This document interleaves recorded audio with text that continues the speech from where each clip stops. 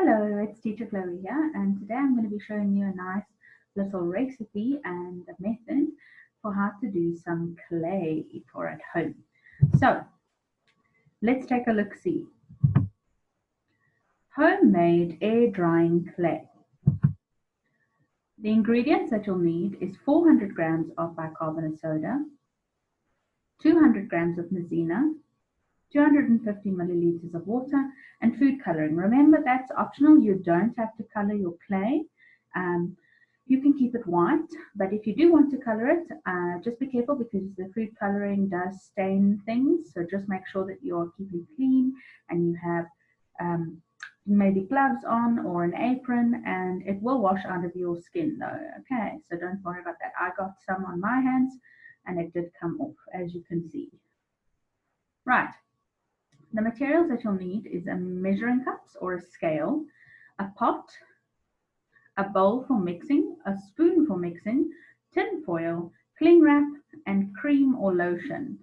Okay, so let's take a look, see at how it all works. So here is the method. You will place all your ingredients, which is bicarbonate soda, maizena, and water, into a pot on a medium heat. You can stir the liquid in the pot as shown in the video. So let's take a look-see at how that looks. Right, you can see in that video that there is a liquidy substance to it, and you just stir it on a medium heat for a while, and then eventually the liquid will change to a solid. So let's look at the next slide to see what will happen. So, right, once your liquid, we can look at the video here. Once your liquid becomes more solid, it will look like a mashed potato texture. As you can see there, it's a lot more solid.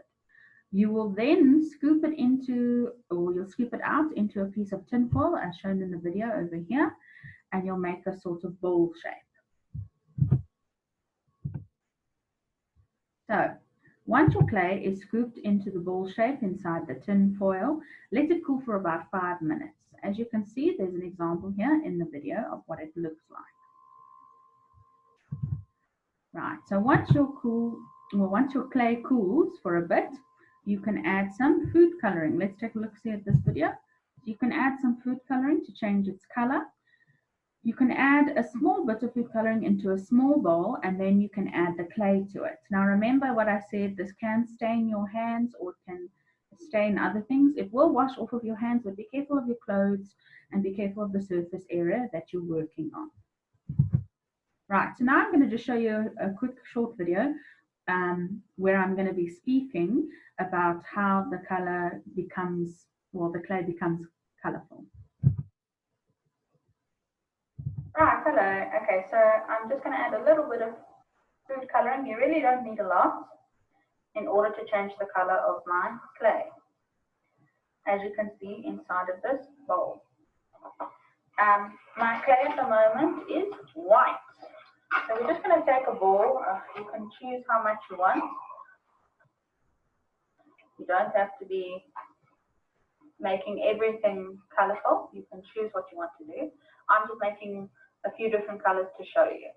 So there's my white clay, and I'm just going to add it into this food coloring, and I'm going to add a little bit more maizena just so that it isn't too sticky. Just a little bit, and that's to keep it from becoming too sticky or too brittle.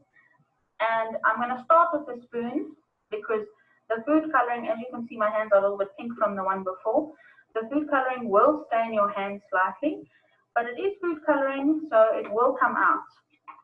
And as you can see, the color of my clay is now changing.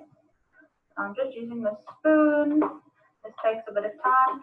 And then eventually, when the color is starting to go into the clay nicely, you can pick the clay up out of there and really knead it together nicely.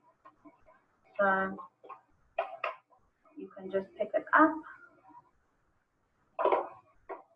And like I said, it will stain your hands if you use your hands, but you don't have to worry. It's food coloring. It does come out. And it's kind of fun to be a little bit messy every once in a while and enjoy some colors. So So you just knead this in together, and eventually, instead of having this like marbled effect, it will be a full color like this. Okay, thank you. Right, so as you can see from my video, my hands did get a bit dirty, but they're nice and clean today. This was yesterday when I did this video, so it will wash out. Just be careful of your clothes.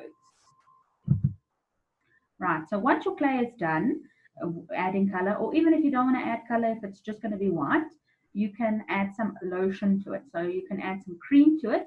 This is very important because it actually helps keep the clay from breaking apart. Because it's a homemade clay, it's going to break apart a bit, but the lotion keeps it moist and helps from letting it break apart. Then once you've added that cream, as you can see in my video, you need to wrap it in cling wrap to keep it safe and store it correctly. So it's air drying clay. If you leave it out, it will dry. You need to make sure that you can keep it somewhere that is cool, and you can wrap it up so that it does not dry out. Especially using the lotion, it will help that because that will keep it from getting too dry. Okay, right. And as you can see in my video, I have 5 different colors. So I've got a blue, which I use blue food coloring. I've got a pink, which I used pink. I've got a green. I've kept some white, and I have a purple. The purple I made by mixing blue and red together. Remember, you can mix your food coloring together to create other colors as well. Right, so now you're going to get a task with your clay. So let's take a look, see at what you're going to be doing.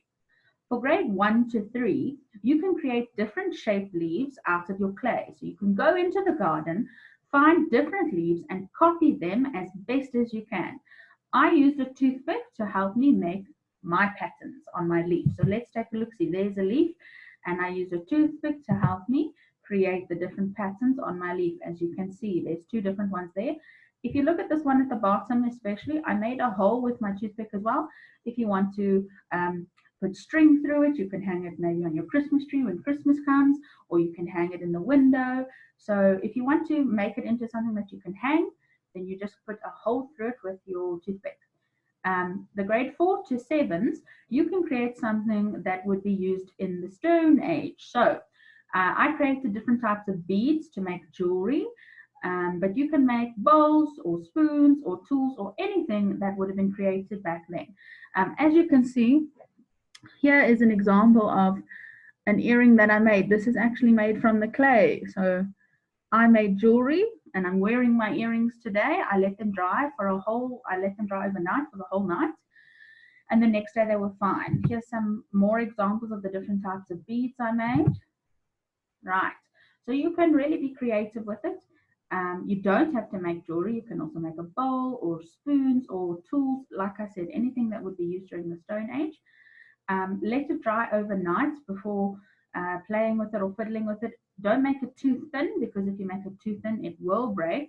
And don't try to make a hole through it once it's already dried. Again, it will break. As you can sort of see in this picture, over here's a half one because I tried to make a hole through it the next day and it just cracked in half. Okay. Enjoy and be safe with it, and don't get anything too messy with the food coloring. I can't wait to see what you've created when I see you again. Stay safe, I'm missing you, and have a good day further. I'm going to say goodbye for now. So bye.